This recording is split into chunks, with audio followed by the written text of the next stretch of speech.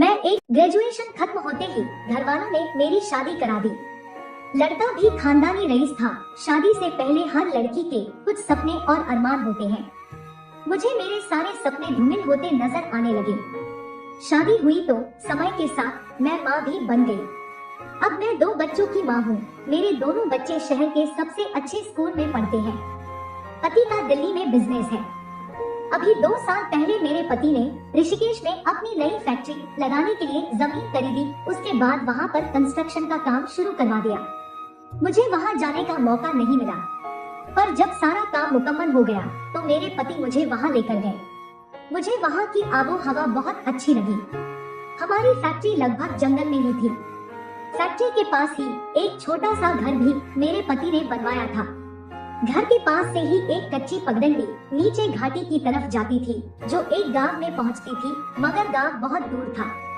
2 से 4 दिन तो ठीक ठाक कटे, पर बाद में मैं बोर होने लगी। अब सारा दिन घर में क्या करती। एक दिन सोचा कि चलो नीचे गांव में चलकर देखती हूँ।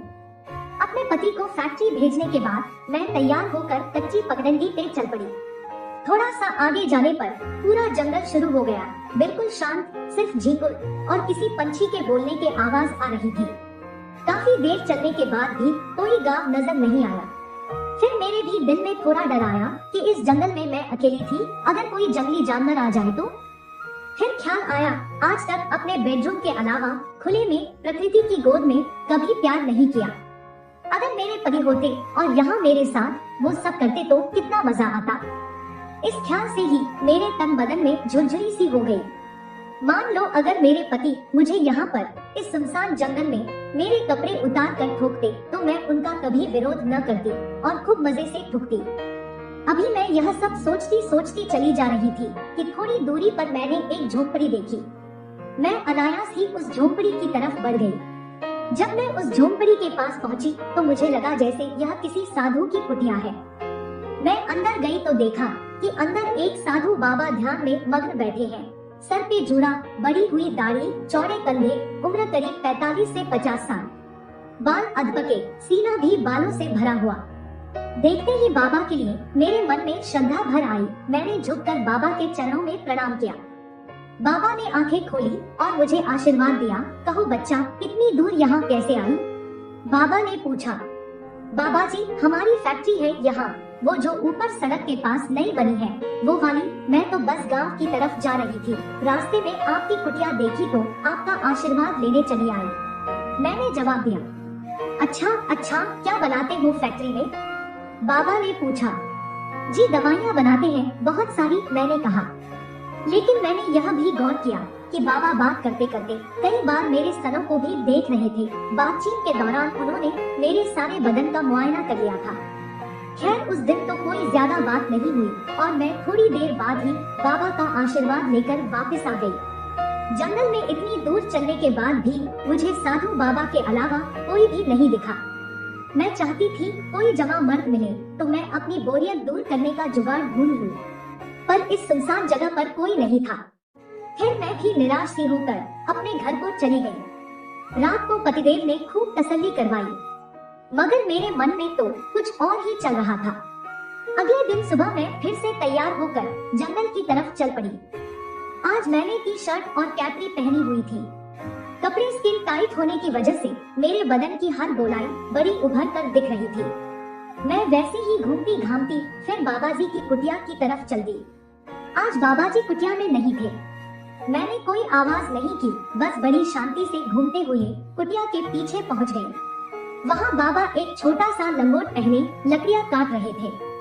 बाबा का शरीर बड़ा ही कसा हुआ था। लंगोट ने सिर्फ उनका लिंग ही छुपा रखा था, वरना इस लिबास में बाबा तो बिल्कुल नंगे ही थे। उनकी 2 मजबूत मस्कुलर टांगे और उन टांगों के ऊपर 2 बड़े से गोल तरबूज। आज बाबा के कसरती बदन का भरपूर नजारा दिखा था। बस देखते ही मेरी तो चिड़िया गीली होनी शुरू हो गई।